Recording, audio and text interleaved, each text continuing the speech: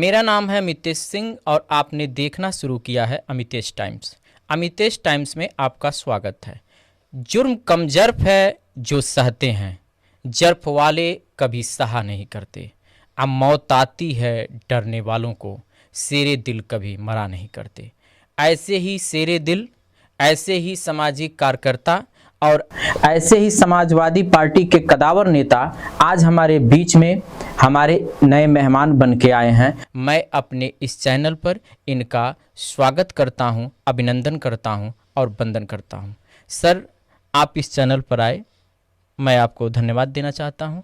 और आप हमारे दर्शकों को क्या कहना चाहेंगे? इस चैनल पे आके कैसा महसूस हो रहा है आपको? देखिए, सबसे पहले तो आपके अमितेश टाइम जो चैनल है, आप सभी मीडिया साथियों का मैं धन्यवाद ज्ञापित करना चाहता हूं और इससे जुड़े जो दर्शक हैं उन सभी साथियों को भी नमस्कार करना चाहता हूं, बधाई देना चाहता हूं। धन्यवाद सर।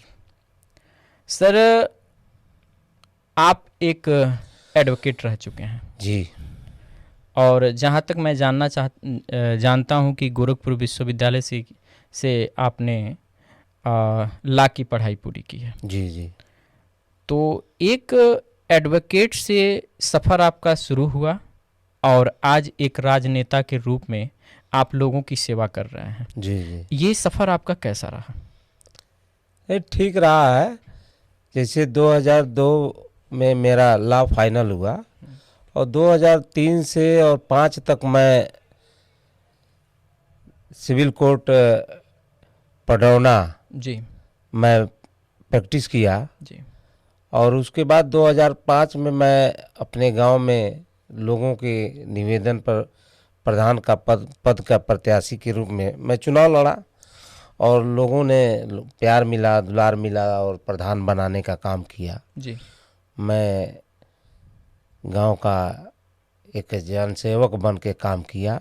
2005 में आपने चुनाव लड़ा था 2005 में प्रधानी का? जी जी जी। उस चुनाव में क्या हुआ? प्रधानी मैं चुनाव जीता। जी। फिर 10 में मेरा गांव अनुसूचित हो गया। अच्छा। तो लोगों ने कहा कि नहीं, आपको जिला पंचायत का चुनाव लड़ना चाहिए, जी बैठना ठीक नहीं, आप तो जनसेवा का काम करते ही हैं। जी। तो मैं जिला पंचायत चुनाव लड़ा और 2010 में मैं जिला पंचायत सदस्य चुना गया जी। और 15 तक मैं रहा। जी। और 15 तक इस दौरान मैं बहुजन समाज पार्टी का 2005 से ही बहुजन समाज पार्टी के विभिन्न पदों पर विधानसभा के सेक्टर से लेकर और विधानसभा के महासचिव प्रभारी तक रहा। मैं काम करता रहा और 2015 में मेरा बहुजन समाज पार्टी से टिकट फाइनल हुआ। यानी कि 5 से लेके 15 तक आप कार्यकर्ता के रूप में रहे? कार्यकर्ता के रूप में रहे जी। 2015 में बहुजन समाज पार्टी ने यहाँ से खड्डा विधानसभा से टिकट देने का काम किया जी। और 17 में मैं चुनाव लड़ा बहुजन समाज पार्टी से जी। 44,000 वोट मैं पाया जी। और दूसरे नंबर पे ही रहा। पहले नंबर पे कौन था? जटाशंकर त्रिपाठी यहाँ से विधायक हुए। जी जी। और भारतीय जनता पार्टी से रहे। जी। और दूसरे नंबर पर बहुजन से मैं यहाँ दूसरे नंबर पर रहे। जी। और 20 में मैं बहुजन समाज पार्टी को छोड़ दिया। 2020 में? 2020 में ओके। मैं समाजवादी पार्टी ज्वाइन किया जी। और समाजवादी पार्टी में मैं काम किया जी। 2 साल तक रेगुलर। जी। माननीय राष्ट्रीय अध्यक्ष अखिलेश यादव जी के नेतृत्व में लखनऊ में पार्टी ज्वाइन किया और मैं रेगुलर पार्टी के लिए काम करता रहा। पूरा मनोयोग से पार्टी का काम किया। संयोग बस पार्टी ने यहाँ अलायंस में सीट चली गई। अलायंस में सीट कब गई? हाँ, 2022 के लास्ट में, वही चुनाव के दौरान जी।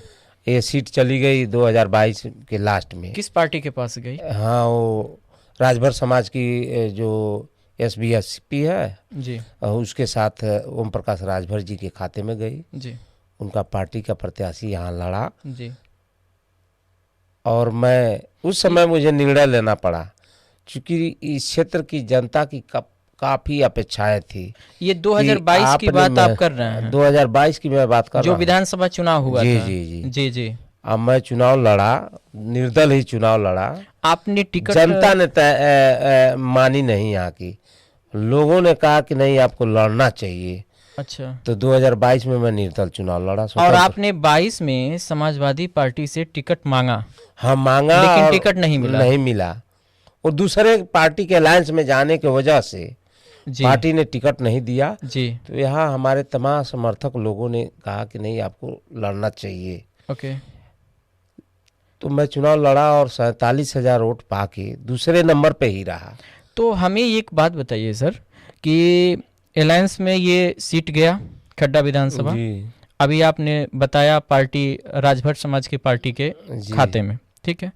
तो उस समय ये जो सीट गई वहाँ पे, तो उस समय समाजवादी पार्टी के जो कदावर नेता हैं वो आपसे तो जरूर कहे होंगे कि आप उनका सपोर्ट करिए। नहीं, उस समय आनंद फानन में कोई किसी से कुछ कहा नहीं। आपसे ये नहीं कहा अगर गया? ना ना ना, अगर राष्ट्रीय अध्यक्ष जी बुला के अगर कहे होते, जी। उस समय किसी से कोई दूर दूर तक मिलने की कोई संभावना ही नहीं थी, तो शायद विचार बदल जाता, मैं नहीं लड़ता। लेकिन तैयारी थी, इस नाते कार्यकर्ताओं ने कहा, सपोर्टरों ने कहा कि नहीं आपको लड़ना चाहिए, और आपका अपना कैसे एहसास कर पाएंगे कि आपके पास क्षमता क्या है। इस नाते अपनी क्षमता आंकने के लिए मुझे लड़ना पड़ा निर्दल। नहीं तो निर्दल वैसे कोई लड़ना नहीं चाहता है जी, लेकिन मजबूरी में अपनी क्षमता आंकने के लिए हमको लड़ना पड़ा कि चलिए ठीक है, कार्यकर्ताओं की भी बात एक बार मान लेनी चाहिए। जी। और मेरे पास एक सूची है जी 2022 में जो चुनाव हुआ, ठीक, आप निर्दलीय प्रत्याशी के रूप में चुनाव लड़ते हैं जी, और आप 47,000 वोट, नियर अबाउट 47,000 वोट आप पाते हैं जी और जो रिसर्च हमारे पास आया है उस समय लोगों का मूड था आप समाजवादी पार्टी से चुनाव लड़े, जो मेरे पास आया है जी। और उस समय समाजवादी पार्टी अलायंस में सीट जाने की वजह से जो अलायंस वाली पार्टी थी राजभर समाज की पार्टी, उसके खाते में खड्डा विधानसभा की सीट जाती है। जी जी। वहाँ से एक नाम है अशोक चौहान जी। अशोक चौहान जी चौरी चौरा के गोरखपुर डिस्ट्रिक्ट, वहाँ से अशोक चौहान जी आते हैं और खड्डा विधानसभा में चुनाव लड़ते हैं जी जी। और वह 21,000 वोट पाते हैं जी। और आप 47,000 वोट पाते हैं। और एक पार्टी और है AMIM, ये पार्टी है, वह पार्टी 17,000 वोट पाती है। तो तीनों को अगर कैलकुलेट किया जाए तो नियर अबाउट 85,000 वोट के आसपास में टोटल वोट हो रहा है, ठीक। जी जी। और यहाँ पर बीजेपी जो चुनाव जीतती है वो 88,000 मतों से चुनाव जीतती है यहाँ का। सही हूँ मैं? एकदम सही हूँ। तो मैं आपसे एक बात जानना चाहूँगा कि जो ये पार्टी तमाम वर्गों में जो बटी, तो क्या आप अगर चुनाव लड़ते 2022 में समाजवादी पार्टी की सीट से, तो क्या यह जो 85,000 वोट है उस वोट के पाने के हकदार आप थे या नहीं थे सर? 85 नहीं, मैं 1 लाख के पार जाता। अगर आप समाजवादी पार्टी से टिकट होती जी, तो मैं 1 लाख के पार वोट पाता जी, और भारतीय जनता पार्टी का कहीं पता नहीं लगता। मेरा जो आंकड़ा था कि मैं बीजेपी को यहाँ 65 से 70 पे चिमटाऊंगा, ऊपर का जो वोट होगा वो मेरे पास आएगा जी। और मेरे पास आ भी रहा था जी। लेकिन निर्दल के नाम पर लोगों को जैसे लगता था कि ये 3-4 हजार वोट पाएगा, निर्दल का कोई वोट नहीं देता है, निर्दल कभी जीत नहीं पाता है। बहुत समय हो गया, पुराने ज़माने में कहीं कहीं लोग जीत जाते थे, निर्दल नहीं तो कोई जीत नहीं पाता। वो भी मोदी जोगी की लहर में, जहाँ अखिलेश जी का भी अपना अच्छा माहौल था, तो निर्दल तो लोग अपने अपने जगह बैक हो गए। जो वोट हमको आना चाहिए था वो वोट हमको मिला नहीं। तो क्या कदावर नेता आपकी इस क्षमता को पहचान नहीं पाए, हाँ, जो आपके शीर्ष नेतृत्व करने वाले लोग हैं? हो सकता है जी जैसे हो सकता है कि पार्टियां की मजबूरी रही हो, राष्ट्रीय अध्यक्ष की मजबूरी रहा हो, जी कोई मजबूरी रहा होगा जी तो सीट अलायंस में चली गई। जी अब इस नाते, अब एक सीट के नाते तो कोई बड़ा राजनेता अलायंस तो तोड़ेगा नहीं। एक तो हो सकता है कि ये मजबूरी रही हो, जी। लेकिन हम अपने राष्ट्रीय अध्यक्ष जी का तो भाई अब कुछ कह नहीं पाते हैं।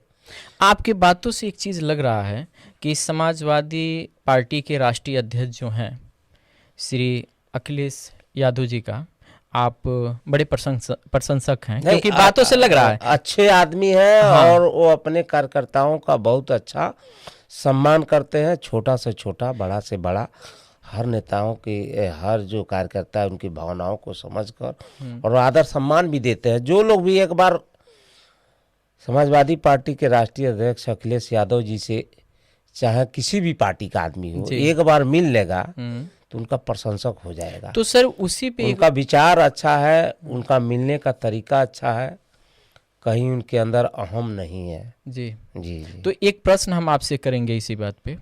वो अच्छे हैं, इस बात को आप मानते हैं जी और उनकी आप इज्जत भी करते हैं अपने राष्ट्रीय अध्यक्ष के जी का। तो अशोक चौहान जी का जब टिकट फाइनल होता है तो श्री विजय प्रताप कुशवाहा जी उनका सपोर्ट न करके और उनके एंटी में चुनाव लड़ते हैं 2022 में। तो क्या विजय प्रताप कुशवाहा जी उनका सपोर्ट भी तो कर सकते थे? तो ऐसा आपने क्यों नहीं किया? क्या कारण था वो कि नहीं किया आप? नहीं, कारण नहीं था। जब हमने मन बना लिया कि नहीं हमको लड़ना है, हमको लड़ना है, कि एक तो दूसरे जिले से आया आदमी, न कोई पहचान है और न यहाँ दूसरा कोई जीत पाता। ये भी बात है कि वो किसी तरह से हम सपोर्ट भी करते तो जीत नहीं पाता। तो क्यों मैं सपोर्ट करने जाए? और चौरी चौरा से आके यहाँ कुशीनगर में क्या मतलब है? तो पार्टियां वो बताने के लिए कि जो छोटी छोटी पार्टियां हैं वो अपने टिकटों को बेचने का काम करती हैं। आपसे 60 गांठ समाजवादी पार्टी से कर लिए, 15-20 सीट ले लिए और उसको हर सीटों को पैसों पर वो टिकट बेच दिए। यानी आप मानते हैं कि पैसे पे टिकट मिलता है? 2-3 पार्टियां ऐसी हैं जो टिकट बेचती हैं। अच्छा। संजय निषाद की पार्टी, चाहे ओम प्रकाश राजभर की पार्टी, चाहे और कई पार्टियां हैं जो छोटी छोटी पार्टियां हैं 10 सीट 15 सीट वालों की, तो ये सब अपने टिकट बेचते हैं। ये कब तक जाएगा? हमने कहा, ओम प्रकाश राजभर से कहा कि आप हमको लड़ाओ अपने ही सिंबल पर, क्या आप मांगे थे?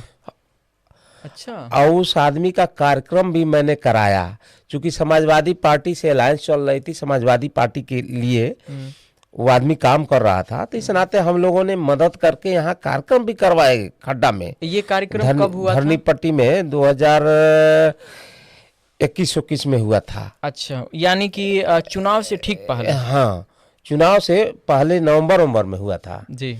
तो हम लोगों ने कार्यक्रम उसका कराया, लाखों लाखों रुपया खर्चा किया और उसको लगा कि ये वो लोग हमारे थे, उसको लगा कि यहाँ तो हमारे लोग हैं और वो दबाव बना के यहाँ चुनाव लड़ने का काम किया, जबकि उसका 5-6 हजार वोट है, कोई मतलब नहीं था। तो मजबूरी थी, हमको लड़ना ही पड़ता।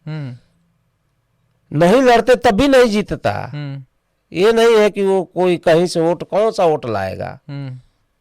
वोट लाने के लिए कोई वोट नहीं था कि जो लाता, इसीलिए आप बागी बन गए। तो इस नाते हमको बाहर से आया है, क्या मतलब है? यहाँ लोकल के लोग हैं, हमारा सपोर्ट कर देंगे, मैं निर्दलीय जीत जाऊंगा।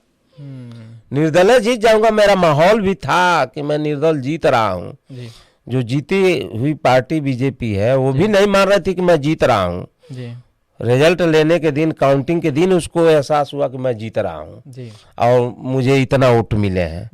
नहीं तो काम बक्सा खुलने के पहले वो भी मान रहा था कि विजय कुशवाहा ही निर्दल जीत रहा है। अब ये है कि आम लोगों ने चाहे जैसे भी हो, जनता ने वोट दिया और जिसको दिया वो जीत गया। हम भी मानते हैं भाई, उस रिजल्ट का स्वागत करते हैं। सर एक प्रश्न और है, लेकिन हम लोग जनता के बीच काम कर रहे हैं, जनता पे भरोसा है। एक बात अभी आपने कहा है कि लाखों लाखों रुपए खर्च करके हम लोग कार्यक्रम कराए राजभर जी का, उनके पार्टी का यहाँ पे। मैं ये जैसे आप मेरे चैनल पर जब आए उसके पहले कुछ लोगों ने आपके बारे में जो हमें बताया, उसी से संबंधित सारे प्रश्न हमने बनाया है जो मैं आपसे जी पूछ रहा जी हूँ। जी ठीक है, हमारे दर्शक दीर्घा में जो लोग हैं, जो हमारे दर्शकों का डिमांड है, उसी प्रकार का टोटल प्रश्न है आपसे। मैं एक बात जानना चाहूँगा सर, आप लगभग बता रहे हैं कि 2005 से आप सक्रिय राजनीति में हैं और 2017 में आप बहुजन समाज पार्टी से चुनाव भी लड़े। उसके पहले भी 2010 में शायद आपने बहुजन समाज पार्टी को ज्वाइन किया, सही है हम कि 5 में ज्वाइन आपने 5 किया? से मैं 5 से आपने बहुजन समाज पार्टी को ज्वाइन किया है और एक बार प्रधान और एक बार जिला पंचायत सदस्य आप रह चुके हैं। जी 17 में आप चुनाव लड़ते हैं और चुनाव हार जाते हैं। 22 समथिंग 23 में आप चुनाव लड़ते हैं निर्दलीय, 22 में आप निर्दलीय चुनाव लड़ते हैं और चुनाव हार जाते हैं। उसके बावजूद भी आप इस खड्डा विधानसभा में निरंतर एक सामाजिक कार्यकर्ता के रूप में और एक अच्छे प्रतिनिधि के रूप में आप लगे रहते हैं और लोगों की मदद भी कर रहे हैं और जहां जो लोग बुलाते हैं वहां जाते रहते हैं। जी मेरी बात को थोड़ा समझिएगा सर। जी जी ये जो सामाजिक कार्यकर्ता के रूप में जाना और सारे लोगों के दुखों में उनके साथ खड़ा होना, एक जो सत्ता दल इस समय वर्तमान में जो है उसके नेता इतने मेहनत करने में भी संकोच करते हैं, समय से नहीं पहुंच पाते हैं। इस कंडीशन में आप हर जगह जो पहुंच रहे हैं, इसमें तो अच्छा खासा धन खर्चा होता होगा। तो सर ये कैसे हो पाता है जब कोई सत्ता हाथ में नहीं है, किसी पद पे आप नहीं हैं, तो इतना जो धन आप खर्च करते हैं, क्या इससे घर की स्थितियां नहीं डिसबैलेंस होती हैं या आपके? ये तो होता ही है, ये जी। तो सबको है कि एक सामाजिक वर्कर के पास जी जेब में चाय पीने का पैसा नहीं होगा, लेकिन किसी को पिलाना पड़ेगा तो कर्जे खोज के उसको पिलाना पड़ेगा। एक सामाजिक वर्कर की एक है कि उसके पास एक कुर्ता और पैजामा के अलावा समझिए उसके पास कुछ रहता नहीं है। हिम्मत रहती है और हिम्मत के भरोसे वो लोगों के बीच जाता है। जी कहीं खर्चे पैसा खर्च होंगे, कहीं कार्यक्रम कराने पड़ेंगे, तो होता है, ईश्वर देता है, उसी में चलता रहता है। तो हम लोग तो लगातार फील्ड में चलते हैं। जी परेशानियां आती हैं जी और सामाजिक वर्कर कोई भी होगा, जी हम नहीं कोई भी होगा, जी वो खर्चे आएंगे और वो परेशान रहेगा, उसके पास कुछ रहेगा नहीं। जो आर्थिक स्थिति आप जो कह रहे हैं, जी तो आर्थिक स्थिति मजबूत नहीं होगी, खराब ही होगी, लेकिन उसके बाद भी हौसला हिम्मत के बल पे हम लोग और लोगों का जो सहयोग जन सहयोग रहता है, उसके हिसाब से हम लोग मैनेज करके चलते हैं। और जो कह रहे हैं कि एक विधायक सांसद नहीं कर पाते हैं, जी तो उसको जरूरत भी नहीं है। उसको तो लोग बिना मेहनत के लोग बना रहे हैं। इस बात को आप मानते हैं? 100% मानते हैं। जी वो एक भी दिन नहीं जाएगा, उसके वोटर जो वोट दिए हैं वो कहीं तीसरे नाम पे वोट दे दिए, जाओ भैया फला के नाम पर हम दे रहे हैं, दे दिए। वो के दिन नहीं जाएगा किसी के घर, तब वो कुछ कहेंगे नहीं। हम जो कर रहे हैं, हम पसीना एड़ी से पसीना सर तक और सर का एड़ी तक मेहनत करके लोगों के पास व्यक्तिगत पहचान बना के, चूंकि पार्टी हारने के बाद मैं राष्ट्रीय अध्यक्ष जी से मिला और फिर मैं पार्टी ज्वाइन कर लिया। पार्टी के लिए मैं लगातार तभी से मैं काम भी कर रहा हूँ। 22 से ही मैं फिर काम भी शुरू कर दिया पार्टी के लिए, मीटिंग अटेंड करना, कार्यक्रम कराना। अब मैं चल ही रहा हूँ। 24 में हम लोग लगे तो यहाँ लोकसभा चुनाव, ये विधानसभा जीता है हमारी पार्टी। अब फिर हम लोग चल ही रहे हैं। 25 आ गया, SIR का कार्यक्रम तमाम हम लोग प्रचार प्रसार, गांव में बूथों तक पहुंचना, फिर फार्म भरवाना, ये सब काम हम लोग कर रहे हैं पार्टी का वोट बढ़ाने के लिए। पार्टी की सरकार बने, इसके लिए हम लोग दिन रात एक होकर काम कर रहे हैं। राष्ट्रीय अध्यक्ष जी आपको मानते हैं और चुनाव हारने के बाद आप उनके पास जाते हैं, जी जी। ठीक है। और चुनाव में जो बागी आप हुए और आपने समाजवाद के विपरीत जाके आपने चुनाव लड़ा, समझिएगा, चुनाव लड़ा, उसके बाद आप जाते हैं राष्ट्रीय अध्यक्ष जी से फिर मुलाकात करते हैं और 2022 में ये निर्णय होता है कि यह जो सीट है खड्डा विधानसभा वो राजभर पार्टी के खाते में जाती है, ठीक है। तो ये तो कहीं ना कहीं राष्ट्रीय अध्यक्ष के दिमाग में भी तो होगा कि ये पार्टी अगर जीतती है तो प्रदेश में हमारी सरकार बनेगी, और उसके विपक्ष में जाके अगर आप चुनाव लड़ते हैं और उसकी वजह से हमारा कैलकुलेशन जो कह रहा है कि अगर ये वोटों का बंटवारा नहीं हुआ होता तो शायद यहाँ से आप लोगों की पार्टी चुनाव जीत सकती थी। तो क्या इसका एहसास समाजवादी पार्टी के शीर्ष नेतृत्व को नहीं हुआ? सब और पता है। आपसे ये पूछा नहीं गया कि आपने चुनाव क्यों लड़ा? क्या आपसे नहीं पूछा सब गया? उनको पता है। अच्छा। और जिसको उन्होंने लड़ाया, जिनको अलायंस में शामिल किया, वही खुद भाग गया बाद में, हाँ, कुछ दिनों के बाद। अच्छा। 5-6 महीने के बाद वो खुदे भाग गया। हम्म तो भाग गया तो कहेंगे क्या? हम्म जिसके लिए उन्होंने सब कुछ किया, अपना एक वर्कर गंवाया, अपना एक मजबूत सीट गंवाया, वही आदमी भाग गया, बिक गया, तो कैसे कहेंगे? एक बात और सुनने गलती जी चाहे हमसे हुई हो, जी चाहे पार्टी की सूचनाओं के अभाव में, चाहे जैसे भी रहा हो, लेकिन सब लोग मानते हैं कि ये सीट निकली होती अगर आप लड़े होते तो। ओके। इस नाते पार्टी के सभी कार्यकर्ता सब लोग हमारे फेवर में हैं और सब लोग अपनी बात रख रहे हैं। पार्टी सर्वे कराएगी, टिकट देगी, फिर लड़ा जाएगा। पार्टी काम कर रहे हैं, बहुत वो नहीं है, जनता विश्वास करेगी और राष्ट्रीय नेता विश्वास करेंगे तो चुनाव लड़ा जाएगा 27 में। अच्छा, 27 की तैयारी है सर? तैयारी तो चल रही है। जी जी। किस पार्टी से सर? समाजवादी पार्टी से। अच्छा, समाजवादी से आप टिकट मांग रहे हैं? हाँ। आश्वासन मिला है? आश्वासन कैसे मिल जाएगा? पार्टी अभी आश्वासन क्यों देगी? हमारे ऐसे बहुत नेता पड़े हैं, किसी को पार्टी आश्वासन नहीं देगी। जब समय आएगा तो उसको टिकट देगी, लड़ाएगी। फिलहाल आपका मन है चुनाव लड़ना? हाँ, चुनाव और समाजवादी से ही तैयारी चुनाव भी लड़ना? कर रहे हैं, मन भी है लड़ने का कि पार्टी लड़ाएगी तो लड़ेंगे। और वो बहुत सारे कंडीशन नहीं होगा कि मैं निर्दल लड़ जाऊं, ये सब भी नहीं होगा। पार्टी लड़ाएगी तो लड़ेंगे। अच्छा, एक बार बार ये चीज नहीं होता है। अच्छा, एक चीज और सर, 27 में आप चुनाव लड़ेंगे, जी, ये क्लियर है? पार्टी लड़ाएगी तब। अच्छा, पार्टी लड़ाएगी तब लड़ेंगे? तब लड़ेंगे। और आपका कहना है कि कई लोग टिकट मांग रहे हैं? कोई मांग रहा हो, हमारे यहाँ तो नहीं कोई मांग रहा है। अभी खड्डा विधानसभा में हाँ। एक दो ऐसे चेहरे हैं जिनके बारे में इस विधानसभा में चर्चा चालू है, और धन के बल पे चाहे जन के बल पे, जिस बल पे वह काम सामाजिक कार्यकर्ता के रूप में अभी फिलहाल कर रहे हैं, लेकिन सूचनाओं के माध्यम से जो मेरे पास सूचना आया है, जो ऑडियंस हमें बताई है, जो गांव में चर्चा है, उस माध्यम से ये पता चला है कि कुछ लोग ऐसे हैं जो आपके शीर्ष नेतृत्व से, आपके राष्ट्रीय अध्यक्ष से मुलाकात भी इस विषय पे कर रहे हैं कि खड्डा विधानसभा से हमें टिकट फाइनल हो। और एक बात और, आपके कुछ भूतपूर्व विधानसभा अध्यक्ष और कुछ अच्छे लीडर उनके साथ रात दिन उनके साथ घूमने का कार्य भी कर रहे हैं।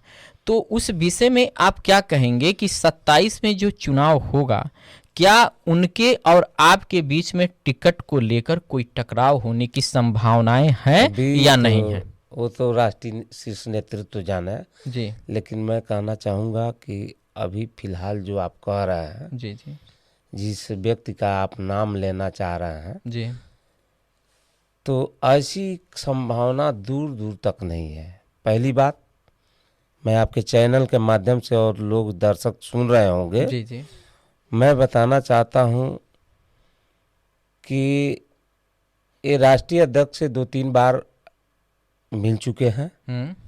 किन से? और जो लोग यहाँ समाजवादी से- पार्टी के राष्ट्रीय अध्यक्ष जी से जी जिनकी आप बात कर रहे हैं, जी जी, वो मिल चुके हैं। अच्छा जी। और 2-3 बार मिलने के बाद अब तक उन्होंने न झंडा लगाया, न बैनर लगाया, न पोस्टर लगाया। दूसरी बात, न पार्टी ज्वाइन की है।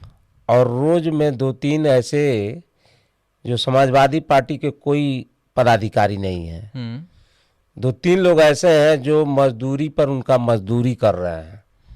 ये बड़ी बात आप कह रहे हैं सर। मजदूरी पर मजदूरी कर रहे हैं। मैं कह रहा हूँ पार्टी का कार्यकर्ता मजदूरी नहीं करता है, वो निष्ठा से पार्टी का काम करता है। आप किसी व्यक्ति के लिए, जैसे आप हमारे अगर सपोर्टर हैं तो मैं समाजवादी पार्टी का काम कर रहा हूँ, हमारा सहयोग कर रहे हैं, तो पार्टी का काम कर रहे हैं, न कि हमारा कोई व्यक्तिगत काम कर रहा है। और कोई बिना पार्टी का न ज्वाइन किया, न सिंबल लगाया, न झंडा लगाया, और जाके कह रहे हैं समाजवादी पार्टी से आने वाले हैं, आ रहे हैं। कई बार राष्ट्रीय अध्यक्ष जी से मिलने के बाद भी झंडा नहीं लगाया, बैनर नहीं लगाया, तो कोई मतलब नहीं है। और ऐसे लोग गुमराह कर रहे हैं समाज में। हम कह रहे हैं न, राजनीति करना है तो आम जनता में हर आदमी जाएगा, जिसके पास क्षमता होगी लोगों में अपनी बात कहने की, लोगों में अगर भावना है तो चुनाव लड़ना है तो जनता के बीच ही जाएगा। इसका जवाब तो जनता देगी। लेकिन ये गुमराह करना कि हम इससे आ रहा है उससे आ रहा है, अरे आना है जिससे भी आना है, आप झंडा लगाओ, जाओ प्रचार करो। अभी तो हम भी नहीं कह रहे हैं कि समाजवादी पार्टी के प्रत्याशी हूँ, मैं कह रहा हूँ, मैं भी नहीं कह रहा हूँ कि समाजवादी पार्टी का प्रत्याशी हूँ, मैं भी कह रहा हूँ एक कार्यकर्ता हूँ।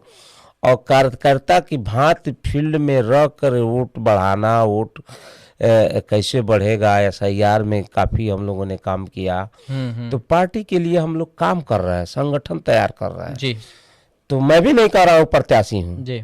वो तो 27 में हमारे शीर्ष नेतृत्व को लगेगा कि नहीं इसको हमको लड़ाना चाहिए, लड़ाएंगे तो लड़ेंगे। लेकिन मैं कभी नहीं कहा कि नहीं मैं ही आ रहा हूँ, मैं ही लड़ूंगा, ये है वो है। तो ऐसी बात कहना, गुमराह करना बहुत ऊंची बात है। और जो ऐसा कह रहा है वो भ्रम में फैला रहा है। और दूर दूर तक ऐसे लोगों की संभावना नहीं है कि कहीं दिखाई देंगे। समाजवादी पार्टी पैसे पर टिकट नहीं बेचती है, और उनको लग रहा है कि मेरे पास पैसा है और टिकट खरीद लेंगे जी। तो ये भ्रम छोड़ दें और जाके अपना जो काम कर रहे हैं वो काम करें। नहीं तो इस तरह के भ्रमित लोगों को जनता यहाँ खड्डा खदेड़ेगी, बाहरी लोगों को कोई मौका नहीं देगी। एक बार तो दे दी थी तो लोगों देखबे किए, अब दूसरे बार अब फिर मौका नहीं देना है। कौन क्या किया है, अभी तो चुनाव आएगा तब न इनका पता चलेगा जी।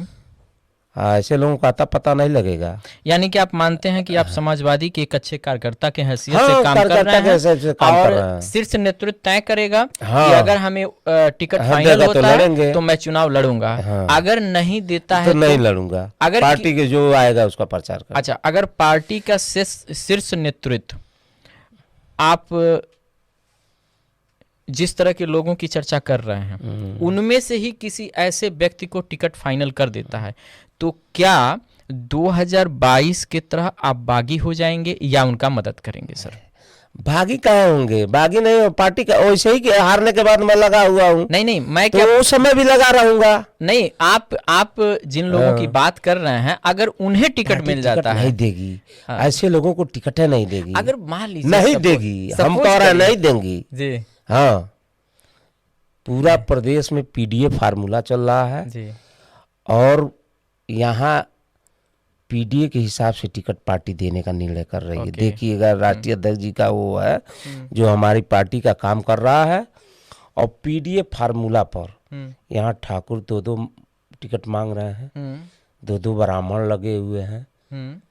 एक ब्राह्मण एक ठाकुर को कहीं ना कहीं एक सीट देना है। तो ये बाकी वो अपना जातीय समीकरण के हिसाब से पार्टी सेट करती है। तो ये खड्डा तो जो जीतने वाला होगा उसको पार्टी टिकट देगी, उसकी मदद किया जाएगा, उसमें क्या दिक्कत है। हम कह रहे हैं नहीं देगी, कह लिए देगी। जब 5,000-4,000 वोट आपका है तो पार्टी टिकट देगी। हवा मिलाएंगे वोटवा, अब पैसे पर लोग खरीद लेंगे। जनता बिकाऊ नहीं है, आप खुद बिक रहे हैं, इधर उधर जा रहे हैं और समझ रहे पैसे पर खरीदेंगे। तो ये भ्रम छोड़ दे। हम कह रहे हैं ना कि टिकट नहीं देगी पार्टी। अभी आपने सर PDA की बात की। हाँ, PDA पीडीए को क्या कहना चाहती है, पीडीए को क्या कहती है, पूरा हमें पीडीए का एक तरह से फुल फॉर्म चाहिए। पीडीए का मतलब पीडीए क्या का अलग अलग जगह है? जी अलग अलग लोग माने या अर्थ निकाल रहे हैं। नहीं, समाजवादी सरकार क्या कहती है, समाजवादी पार्टी समाजवादी क्या कहती है देखिए, पीडीए का मतलब? पीडीए का मतलब समाजवादी पार्टी का पिछड़ा, दलित, अल्पसंख्यक, अगड़ा। अगड़ा में वो जो वंचित है, वंचित तबका है, आदि आबादी, महिलाओं का। तो हमारे पीडीए में वो आते हैं कि अगड़ा भी है और वंचित है, तबका है, शोषित है। तो वो हम लोगों के पीडीए में आते हैं। पीडीए में हाँ, आदि आबादी महिलाओं का है, वो पीडीए में आते हैं। पिछड़ा आता है, अल्पसंख्यक आता है, यही है। और आपके जो राष्ट्रीय अध्यक्ष हैं, राष्ट्रीय अध्यक्ष का कहना है कि पीडीए का मतलब पीड़ित, दुखित, असहाय। वही तो कह रहा है कि और आपने बताया है पीडीए का मतलब पिछड़ा, दलित, अल्पसंख्यक और अगड़ा।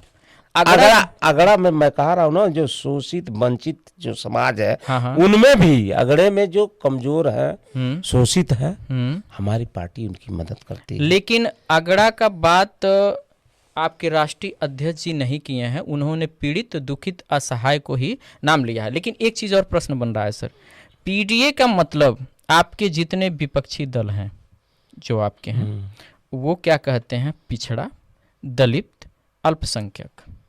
इस फार्मूले पे आपकी सरकार काम कर रही है, ठीक। लेकिन हम एक चीज़ जानना चाहते हैं कि इस विषय में आप क्या कहना चाहते हैं कि जैसे आपके जो मतलब विपक्षी दल हैं, वो पिछड़ा, दलित और अल्पसंख्यक की बात करते हैं, और आपके राष्ट्रीय अध्यक्ष जी कहते हैं कि पीड़ित, दुखित, असहाय, और आप कह रहे हैं पिछड़ा, दलित, अल्पसंख्यक और अगड़ा।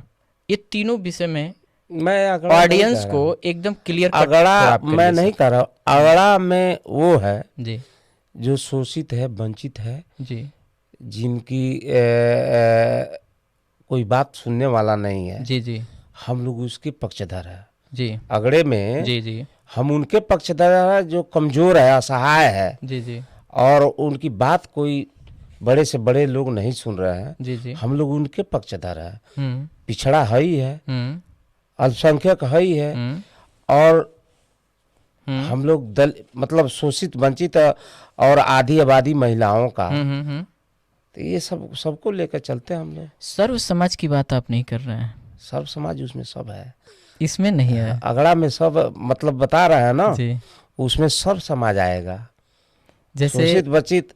हम एक बात जानना चाहते हैं सर कि चुनाव 27 में होना है जी, और पिछड़े की बात आप अगड़ी कर रहे हैं। समाज में जो कमजोर तबका है, जी जी, उसी की बात हम लोग पीडीए में कह रहे हैं। हाँ, अभी आपने ये कहा, वही बात हमारा आशय वही था। लेकिन ये पीडीए का मतलब ना, मैं जिस मंच पे देखता हूँ उस मंच पे बदल जाता है। लोग अलग अलग अपनी भाषाओं में जी जहाँ जैसा समझते हैं अपना कर रहे हैं, जी, और जितना जो सोच लेता है उतना कर रहा है। लेकिन हमारी पार्टी का सीधे जो कहे राष्ट्रीय अध्यक्ष जी जी, शोषित वंचित समाज का अगुवाई जी हमको करना है, उनकी मदद करना है, उनके लिए काम करना है। जी जी, जो आम जन के कल्याण के लिए काम हो सके, जी, वो पार्टी काम कर रही है, करी भी है जी, मौका मिलेगा तो पार्टी उसके काम करेगी। ठीक। यानी आपके हिसाब से हम पीडीए को मान लें कि अब आपने समझिए हमारे चार चीज राष्ट्रीय बताया है। नेतृत्व का जो निर्देश है, हाँ। हम लोग उसी पैटर्न पे अपना काम कर रहे नहीं, हैं। पीडीए का मतलब है आपके हिसाब से पिछड़ा, दलित, अल्पसंख्यक और अगड़ा, यानी इस पैटर्न पे। अगड़ा में जो शोषित वंचित हाँ, यही है आपके हिसाब से। ठीक है sir, thank you.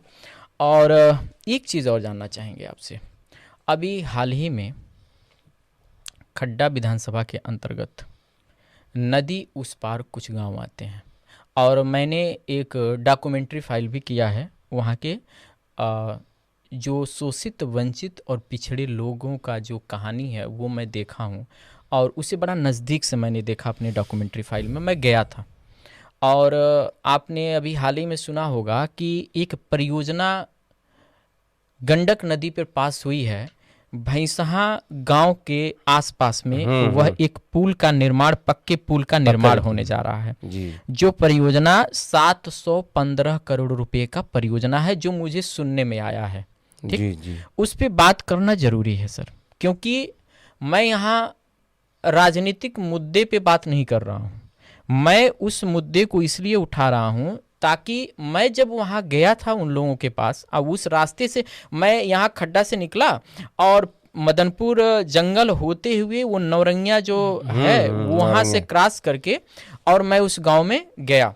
Near about मुझे लगा कि 45 किलोमीटर के लगभग दूरी मैंने तय किया और मैं नाव से भी भैंसहा घाट को क्रॉस किया हूँ। इधर से मोटी मोटा हमें 7 या 8 किलोमीटर का सफ़र रहा यहाँ से नाव से। जी। तो हमें सुनने में ये आ रहा है कि जिस नाव से मैं क्रॉस करके उस गांव में मैं गया हूँ, उस एरिया में मैं गया हूँ, वहाँ उस नदी पर एक पुल का निर्माण होने जा रहा है जिसकी लागत जो है 715 करोड़ रुपए का है।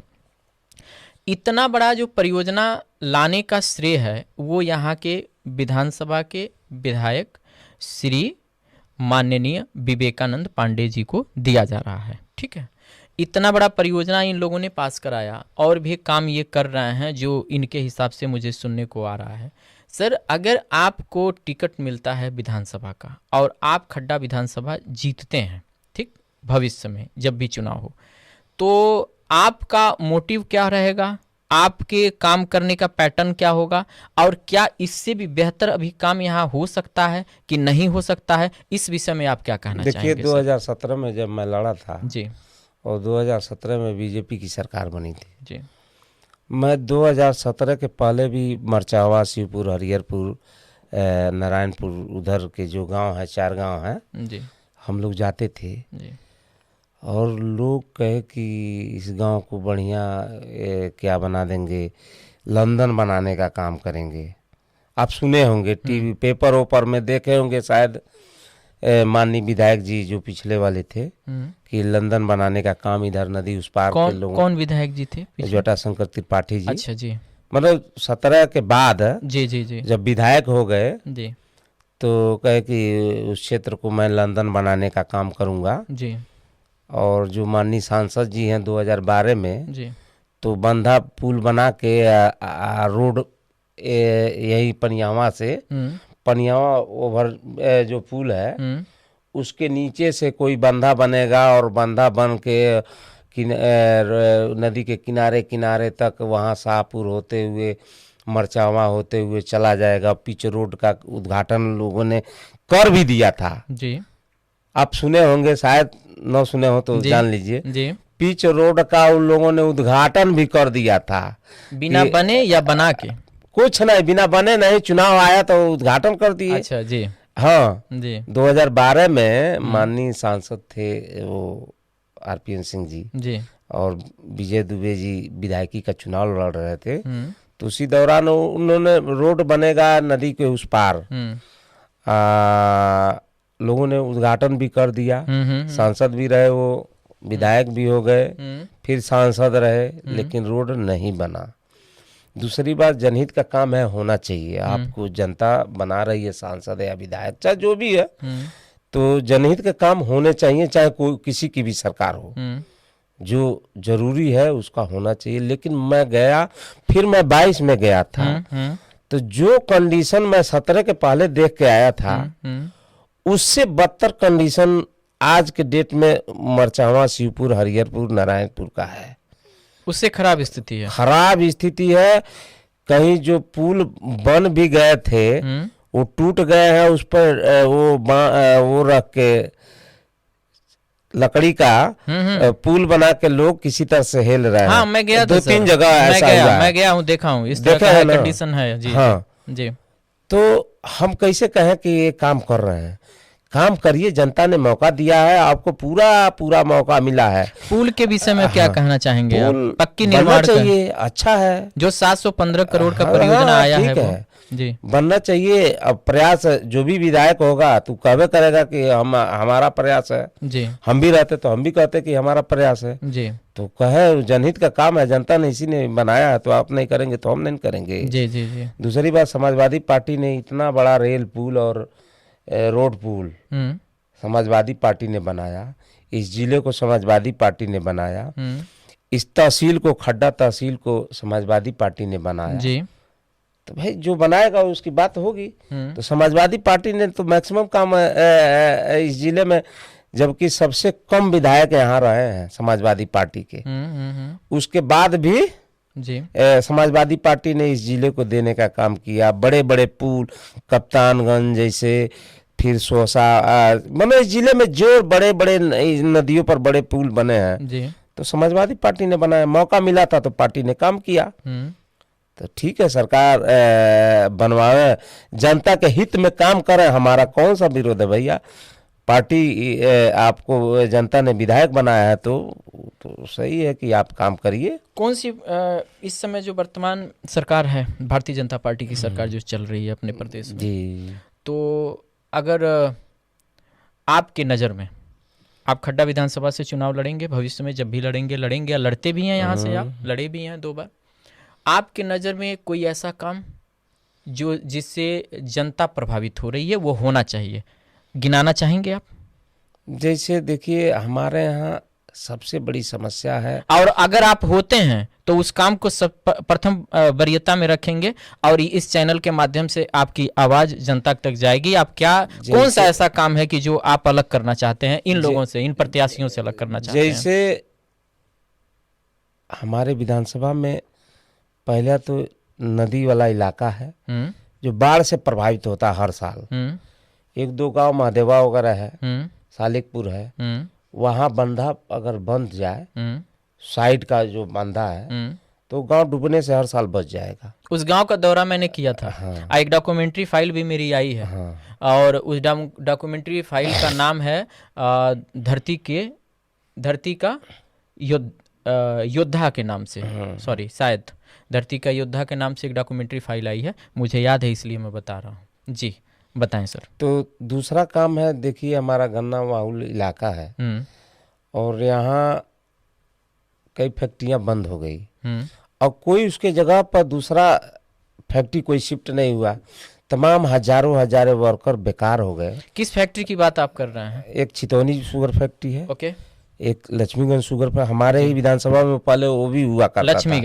लक्ष्मीगंज जी, कप्तानगंज का एरिया है वो। नहीं, वो पहले हमारे ही विधानसभा का हिस्सा हुआ करता था। जी, जिस समय नवरंगिया विधानसभा हुआ करता था। जी, लेकिन अब वो वाला हिस्सा कट गया है, रामकोला विधानसभा में चला गया। तो ये सब फैक्ट्रियां बंद हो गई और बंद हुई तो उसके जगह पर कुछ ऐसा काम होना चाहिए जिससे यहाँ लोगों को रोजगार मिल सके। ये फैक्ट्री कब बंद हुई? ये फैक्ट्री करीब हमको लग रहा है, हाँ 99 करीब बंद हुई। 99 में बंद हुई। जी हाँ, तो ये, और इसके अलावा कौन सा काम आप अलग हट के करना चाहते हैं? हमारे यहाँ जैसे कोई ऐसी पढ़ाई की जो सस्ती पढ़ाई हो, तो उसके लिए कोई ऐसा डिग्री कॉलेज, इंजीनियरिंग कॉलेज या पॉलिटेक्निक कॉलेज जो हमारे यहाँ गरीबी ज़्यादा मात्रा में, ज़्यादा प्रतिशत उसका ज़्यादा है, तो बच्चे अपने घर रह के और अच्छी शिक्षा हासिल कर सके, उसकी व्यवस्था यहाँ विधानसभा में कहीं नहीं है।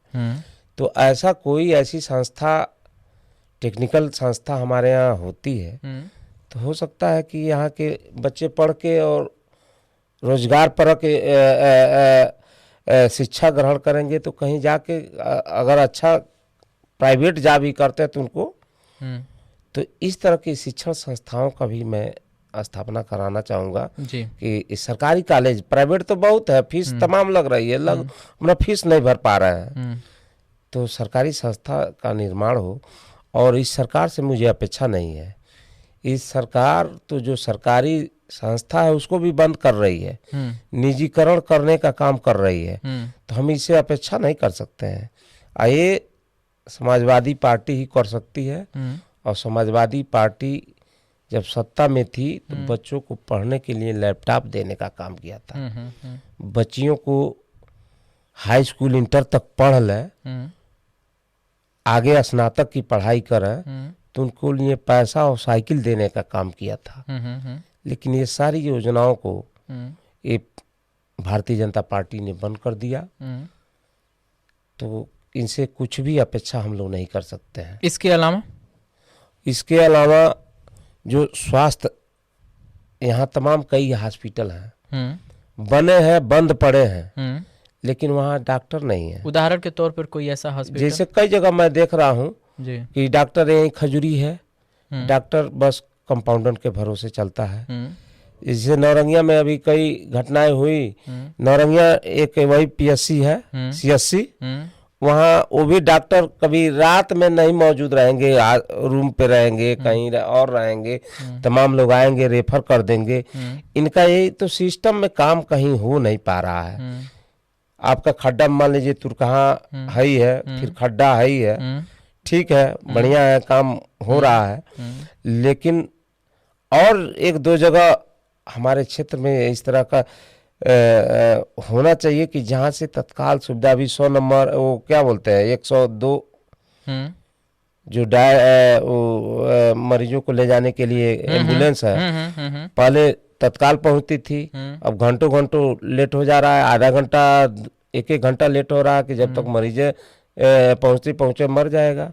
मैं देखा हूं कि मैं कई बार जाता हूं, 100 नंबर गाड़ी, एक लड़का हमारे यहाँ, मैं 9 बजे रात में जा रहा था, पिछले 2 साल पहले जी, ठंड में वो गिरा पड़ा था मोटरसाइकिल से अकेले, उसका मुंह नीचे था, ब्लड आ गया था, लोग झुंड लगाए थे और एम्बुलेंस को डायल कर रहे थे और 1 घंटा बीत गया था, वो एम्बुलेंस नहीं आया, न उठ पाई। तो हम लोगों ने उसको अपने गाड़ी में लादा और कोटवा हॉस्पिटल तक पहुंचाने का काम किया। फिर वो अगर थोड़ा सा भी लेट होता तो आदमी मर जाता, क्योंकि उसका मुंह नीचे था, चेहरा नीचे था और कोई छूने के लिए रात में तैयार नहीं था जी। तो डर रहे थे लोग। हाँ, डर रहे थे। पुलिस से नहीं, पुलिस से नहीं, अब पता नहीं, अब अनजान आदमी था जी जी जी। हाँ, तो इससे डर रहे थे लोग। तो सरकार की जो व्यवस्था है, सिस्टम है, उस सिस्टम पर अधिकारियों का चाहे नेताओं का कोई अंकुश नहीं रह गया है।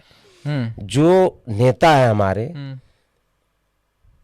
कि कहीं दबाव देकर और जो सही काम करा लें, तो इस सरकार में कहीं आप देखिएगा, हम नहीं, ये आम जनता कह रही है कि अधिकारियों के ऊपर इस सरकार के किसी नेता का कोई अंकुश नहीं है। अगर ये गलत हो रहा है तो उसको दबाव देकर कोई सही काम नहीं की बात कोई अधिकारी नहीं सुन रहा है। आपके विधायक और सांसद वही, आप तो सोशल मीडिया पर देख रहे हैं, सांसद और डीएम से मार हो जा रही है।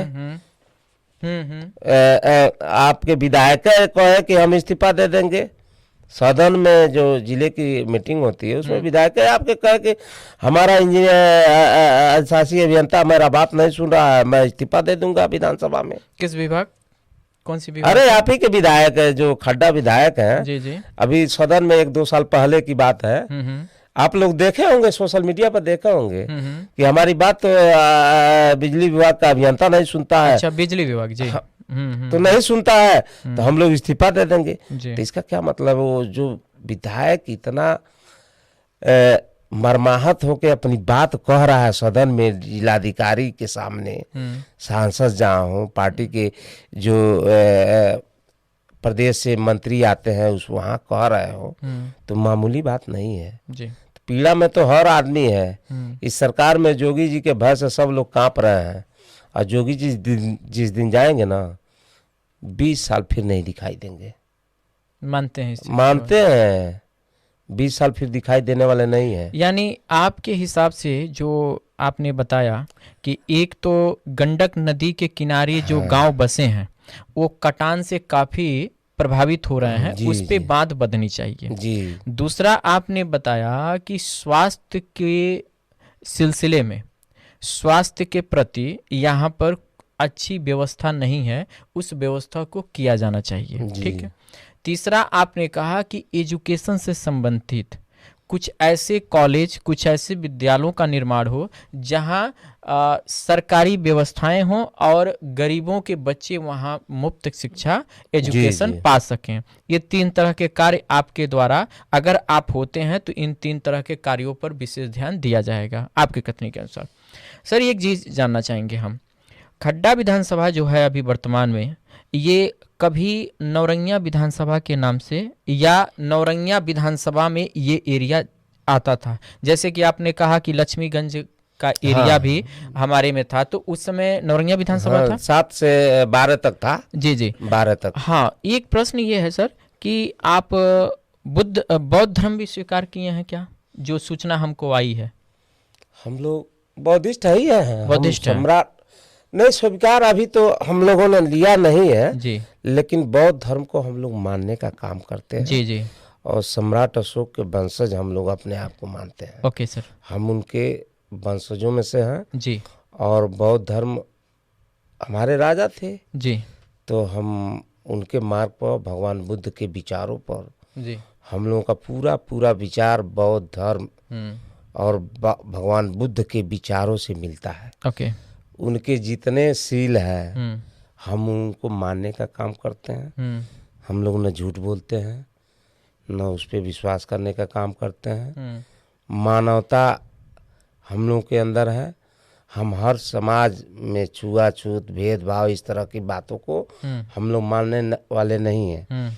हम लोग हर समाज को लेकर, हर वर्ग को लेकर जो सही चीज है हम लोग उसको मानते हैं और उसको, उसके साथ कदम में कदम मिलाकर चलते हैं। जी जी। झूठी बात और ये क्या बोलता है, तमाम समाज में गुमराह करने वाली आडंबरों से मुक्त हैं। ओके। हाँ, कोई आडंबर हम लोग नहीं मानते हैं। अब जिसको जो इच्छा हो ईश्वर की पूजा करें, हम किसी के विरोधी नहीं हैं। सनातन धर्म लोग कहते हैं, तो सनातन बौद्ध धर्म सनातन ही है, समझिए। तो धर्म पर कोई टीपा टिप्पणी नहीं है, जिसको जो मानना है। हम लोग भी हिंदू धर्म मानते थे, हम मान ही रहे हैं, कहाँ हम लोग छोड़े थोड़ा ना, लेकिन हम लोग भगवान बुद्ध के विचारों पर चलने वाले लोग हैं। भगवान बुद्ध ने जो संदेश दिया है जी, हम लोग उसको फॉलो कर रहे हैं। तो सर उसी पे एक प्रश्न है कि नौरंगिया विधानसभा काफ़ी लंबे समय तक वहाँ की सीट जो रही विधानसभा की वो अनुसूचित रही, ठीक। अब वहाँ से अच्छे अच्छे लीडर पैदा भी हुए। उसके बाद खड्डा विधानसभा बना। खड्डा विधानसभा में लगातार 3 बार यह इस एरिया से कहीं न कहीं ब्राह्मण विधायक होते हैं, ठीक। और इस एरिया को ब्राह्मण बाहुल्य नाम से भी जाना जाता है, ठीक है। और आप ठहरे बौद्धिस्ट, ठीक। इस समय बीजेपी पूरी तरह से हिंदुत्व को लेके राजनीति करती है। तो इतने चैलेंजिंग होने के बाद क्या आप एक विधायक के रूप में 2027 में अपने आप को देख पा रहे हैं या नहीं? देखिए, ये जो कह रहा है कि 2012 से विधायक है, तो 2012 में विजय दुबे यहाँ से कांग्रेस से सांसद हुए थे जी, विधायक हुए थे जी और 2012 से पहले वो काफ़ी मेहनत किए थे। जी। हिंदू वाहिनी संगठन को उन्होंने खड़ा किया था और 2012 में वो कांग्रेस पार्टी से चुनाव लड़े और पार्टी के नाते नहीं, वो समय था कि यहाँ का कोई लोकल प्रत्याशी नहीं लड़ रहा था। लोकल पार्टी, यहाँ 2 ही पार्टी लड़ती है, बीजेपी सपा, दूसरा कोई लड़ता नहीं है। तो यहाँ का कोई लोकल प्रत्याशी लड़ा ही नहीं। नथुनी कुशवाहा जी लड़े, वो भी पडौना से आकर लड़े। और विजय दुबे जी का अपना यहाँ का लोकल अपना एरिया था, यहाँ प्रमुख थे और प्रमुख के साथ साथ वो यहाँ से काफ़ी पहले से तैयारी कर रहे थे। लोकसभा भी लड़े थे, 2009 में चुनाव हार गए थे। उसका सिंपैथी तक कांग्रेस से विधायक हो गए, 35,000 ही पाके, 37,000 पाके वो विधायक बन गए और 35,000 समाजवादी पार्टी पाके नथुनी कुशवाहा जी चुनाव हार गए, लगभग 2000 वोटों से। हाँ, 2000 वोटों के अंतर से चुनाव हार गए जी। 17 की जो कहानी थी, अब समझिए 35,000 और 82,000 में कितना अंतर है जी। इतनी पार्टी का वोट कहाँ से आ गया? 17 में पार्टी पाती है बीजेपी 82,000 वोट और 12 में पाई थी पार्टी 12,000 वोट। हम्म नीलेश मिश्रा जी लड़े थे हम्म तो 12,000 वोट पाए। हम्म ऐसा नहीं है कि ब्राह्मण ने वोट दिया, ब्राह्मण यहाँ 5-6 हजार वोट है पूरे विधानसभा में। एक एक गांव का वोट गणवा देंगे। मैं सबका घर देख रहा हूँ, एक एक गली में किस जाति का कौन सा घर है मैं जान रहा हूँ। उसमें भी आधा वोट पोल होता है, पोल नहीं होता है, 5-6 हजार वोट पोल हो जाता है। और ब्राह्मण होने के नाते नहीं जीत रहे हैं। ऐसा नहीं है कि ब्राह्मणों का वोट है तो जीत रहा है, ऐसा नहीं। यहाँ ABCD किसी को लड़ा देंगे वो चुनाव जीत जाएगा बीजेपी के नाम पर। अच्छा, पहली बात ये मानते हैं आप बीजेपी के ABCD नाम पे? किसी को लड़ा देते तो मोदी और जोगी के नाम पर लोगों ने वोट दे दिया, बाकी किसी के नाम पर लोगों ने नहीं वोट दिया है। समझिए बात को। तो एक प्रश्न और बनता है सर, बीजेपी अगर किसी को लड़ा दे अब चुनाव अगला जीत सकता है, उस कंडीशन तो क्यों एक विशेष वर्ग और एक विशेष जाति के ही आदमी होते हैं, अन्य जातियों के नहीं होते हैं? अब वही तो बात है। क्या इसको आप चैलेंज मानते हैं या नहीं? चैलेंज नहीं मान रहे हैं हम। चैलेंज ये है उस पार्टी का, उस पार्टी में क्या कंडीशन है, वो क्यों जा रहा है और क्यों दे रहा है, अब वो जाना है। वो जाना है, उस पार्टी के लोग जाना है। तो अब मांगने वाले जाना है, कौन कौन मांग रहे हैं, क्यों नहीं मिल रहा है। मान लीजिए यहाँ तो वही लोग मांग भी रहे हैं, कौन तीसरा कोई मांगे नहीं रहा है। कोई है क्या मांगने वाला? यहाँ हमको नहीं लग रहा है तीसरा कोई, वही मांग रहे हैं, वही पा रहे हैं। संजोग है, माहौल है, 10 साल हुआ अभी पार्टी को माहौल में कंडीशन में। माहौल में हिंदुत्व का माहौल है, एक ही माहौल पे वो जीत रहे हैं, बाकी कोई उनके पास मुद्दा नहीं है कि वो जीतने के लिए। हिंदुत्व, हिंदू मुस्लिम, मंदिर मस्जिद, हिंदुस्तान पाकिस्तान, अभी चुनाव आ जाएगा वो बांग्लादेश और पाकिस्तान की बात करने लगेंगे। हिंदुस्तान में क्या हो रहा है, कहाँ बेटी का बलात्कार हुआ, कहाँ किसको गोली मारा गया, इस पे उनको ध्यान नहीं है। वो हिंदुस्तान पाकिस्तान की बात करेंगे, पाकिस्तान में क्या हो रहा है उसकी वो चिंता करते हैं और लोग डाइवर्ट करते हैं जी। यहाँ 80% हिंदू बाहुल इलाका है, 20% मुसलमान है, फिर भी वो डर दिखाते हैं। अब समझिए, देश का प्रधानमंत्री, देश का राष्ट्रपति हिंदू, प्रदेश का CM हिंदू, प्रदेश का राज्यपाल हिंदू, मतलब नीचे से लेकर ऊपर तक सब हिंदू बैठे हैं। उसके बाद भी हिंदुस्तान खतरे में है। और जब चुनाव आएगा तो पाकिस्तान की बात करेंगे, बांग्लादेश की बात करेंगे, हिंदुस्तान की कोई बात नहीं करेंगे जी। तो ये पकड़ लिया है लोगों का नब्ज कि नहीं हिंदू मुस्लिम। लेकिन ये जनता जान चुकी है, अब धीरे धीरे इनका सफाया हो रहा है। जी जी। अब हो जाएगा। ये कब तक इसको भजाते रहेंगे? हर चुनाव में ये नया नया मुद्दा बनाते हैं लोग। तो जैसे सर इनका मुद्दा तो ये है जो आपने गिनवाया हमको, ठीक है। आप जब चुनाव लड़ेंगे, जब भी लड़ेंगे, जब शीर्ष नेतृत्व तो फाइनल करेगा तो आप चुनाव लड़ेंगे। जी। आपका मुद्दा क्या होगा सर? हमारा क्या मुद्दा होगा? जनता के जो भी जनता के हित में, जन कल्याण के लिए हम लोग तो दिन रात जनता के लिए ही फील्ड में चलते हैं। जहाँ कोई गलत काम करना नहीं है, कानून के दायरे में रहकर और जनता की अपेक्षाओं पर खरा उतरने का काम करेंगे। ओके। सदन में अकेले राजनीति नहीं होती है जी। सदन की राजनीति है, सरकार तय करती है जी। कि जनता के हित में हमको क्या क्या करना है। वो सारे जन कल्याणकारी योजना सरकार पास करती है। हम लोग भी जो जनप्रतिनिधि जाते हैं वहाँ उसमें सहयोग करते हैं और जनता को हमको क्या लाभ देना है, जनता की बेहतरी के लिए क्या व्यवस्था करना है, ये सरकार तय करती है। और उसको जब धरातल पाएगा उसका पालन कराने के लिए हम लोग हैं। सही तरीके से उसका पालन हो, जनता के साथ अन्याय न हो, कानून का पालन हो, कानून के हिसाब से हर आदमी का हक और हिस्सा अधिकार मिले जी। इसके लिए हम लोग काम करेंगे। न कि हमारी अपेक्षा है कि मैं व्यवसाय किया हूँ, रोजगार, राजनीति का व्यवसायीकरण नहीं कर रहे हैं। हम पैसा के कमाने के लिए राजनीति नहीं कर रहे हैं। यानी पैसा आपका कमाने के लिए राजनीति नहीं कर रहे हैं। जो हम लोग समय दे रहे हैं एक अच्छा साफ सुथरा छवि बनाने के लिए, लोगों के बीच ये रहे कि ये आदमी हमारे दुख और सुख में खड़ा हो सकता है। कहीं इसके अंदर इस तरह की भेदभाव नहीं है कि ये भेदभाव के साथ और जाति पात के साथ, कहीं ऐसा कुछ भी नहीं है।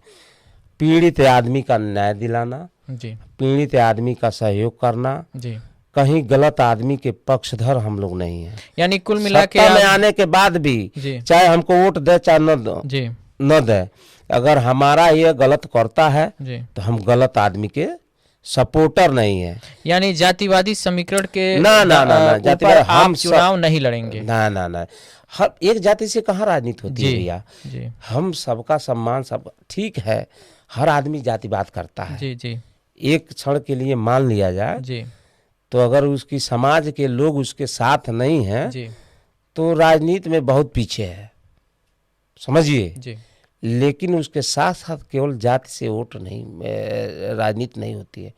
हर धर्म, हर वर्ग, हर समाज का सम्मान करना पड़ेगा जी और जो पीड़ित है, जो जरूरतमंद है, उसकी मदद करना पड़ेगा। जी माफियागिरी से केवल राजनीति नहीं हो सकता है। इक्का दुक्का माफिया लोग चुनाव में आते हैं, जीत जाते हैं जी तो अलग की बात है, लेकिन अपवाद हो सकता है। जी लेकिन जनता के बीच एक एक लोग हैं, देख लीजिए 10-10 साल से सांसद विधायक बने हुए हैं, जेल में रह, जेल में भी किसी कारणों से जेल में है, उसके बाद भी जीत रहा है। जी जनता जिता दे रही है। जी जी कहीं ना कहीं जनता उसके प्रति तो है। हाँ, ये है कि बहुत ईर्ष्यालु लोग होते हैं जेल में। आज आज तो भाजपा के खिलाफ बोल दीजिए एक सब, आपके ऊपर कहीं ना कहीं पड़ जाएगा, मुकदमा लिख जाएगा। आपने तो बहुत सारा भाजपा के खिलाफ आज बोला है। नहीं तो हम आपको ऐसा डर नहीं है? कहाँ डरेंगे।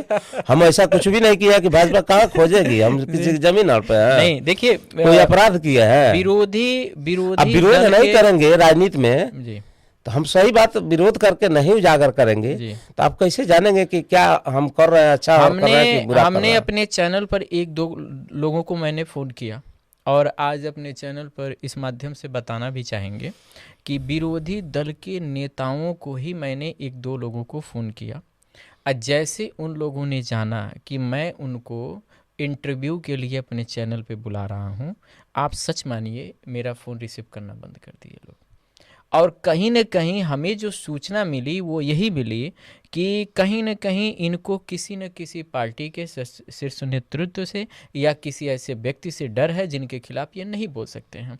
और आपको फाइनल करके यहाँ बुलाने का जो मेरा मकसद है वो कहीं न कहीं ऑडियंस का मकसद है, यहाँ के जनता का मकसद है कि आप क्यों चुनाव लड़ना चाहते हैं। आप जिसके खिलाफ चुनाव लड़ रहे हैं क्या उसके खिलाफ बोल सकते हैं कि नहीं बोल सकते हैं? उनके कामों को आप देखकर और क्या नया करना चाहते हैं ये ऑडियंस सुनना चाहती है। और ये विधानसभा नहीं, ये पूरे देश के लोग सुनना चाहते हैं कि आप क्या नया करना चाहते हैं। आप देखिए, जी मैं तो पहली बात तो मैं किसी से नहीं डरता हूँ, जी चाहे अपने आप को कुछ भी हो, जी अंतरी मंत्री सांसद विधायक कुछ भी हो, जी उससे हमका काहे लिए डर है। हमको अपनी बात रखना है, जी सही तरीके से अपनी बात कहना है। जी और देश के प्रधानमंत्री जी और देश प्रदेश के मुख्यमंत्री जी से हम अपनी बात नहीं, वो भी तो हमारे भी तो मुख्यमंत्री और प्रधानमंत्री है, जी तो हम अपनी बात तो इन्हीं लोगों से रखेंगे। अगर कुछ होता है तो हमको तो इनकी सरकार है तो सरकार तो उसी सरकार का एक हिस्सा हम भी तो है, एक अंग है। बात मानने का जो माध्यम है तो मीडिया को माध्यम मानते जो हैं। हमारा है, मान लीजिए मीडिया के माध्यम से कहेंगे, जी ठीक है, उसके माध्यम से नहीं होगा तो हम आंदोलन शांतिपूर्ण तरीके से कानून के दायरे में रहकर जी आंदोलन करेंगे। जी आंदोलन से नहीं होगा तो उससे भी बड़ा आंदोलन होगा। जी तो हम जो तरीका है लोकतांत्रिक तरीका हम उसको अपनाएंगे। जी और किस बात का डर है, जी हम काहे लिए डरने जाएं। हम तो जी। कई कार्यक्रम आंदोलन करके कई लोगों को हम लोगों ने बैक किया है। जी इसी सरकार में मैं तो कई आंदोलन पडौना एसपी के यहाँ, डीएम के यहाँ कई आंदोलन मैं किया हूँ जी और उसमें झुकना पड़ा है। पडौना कोतवाल को मैं सस्पेंड कराया था पिछले साल नवंबर में, फिर इस बार भी देखे हैं ये कार्यक्रम चल रहा था 2025 के नवंबर में या 24 में 24 के नवंबर में जी 24 में जी कोई कोतवाल थे कार्यक्रम में वहाँ तमाम लोगों के ऊपर FIR दर्ज करना, झूठ मूठ में दबीज देना, तो इस तरह का काम कर रहे थे। तो मैं खुद कोई नहीं जा रहा था, तो मैं आंदोलन किया था, SP का घेराव, हजारों हजार लोग गए थे और किसी पार्टी के बैनर तले अकेले अपने समर्थकों के नाम पर मैं आंदोलन किया था, घेराव किया था और SP और DM बात माने और 1-2 लोगों के खिलाफ मुकदमा भी लिखा गया, कोतवाल भी सस्पेंड हुआ। उसके बाद जमानत भी उन लोगों की हुई और जितने लोगों को दबीज दे रहे थे उनको बैक होना पड़ा। अभी फिलहाल यहाँ जो हुआ है घटना आप लोग देखे होंगे बबुआ हारपुर में, जी मैं वहाँ आंदोलन कराया था, 22 लोगों पर 60 लोगों पर मुकदमा लिखे है जी, जबकि वो मुकदमा वापस भी हो रहा है। हमने चेतावनी दी कि नहीं वापस होगा तो मैं आंदोलन करूंगा, बड़ा आंदोलन करूंगा जी।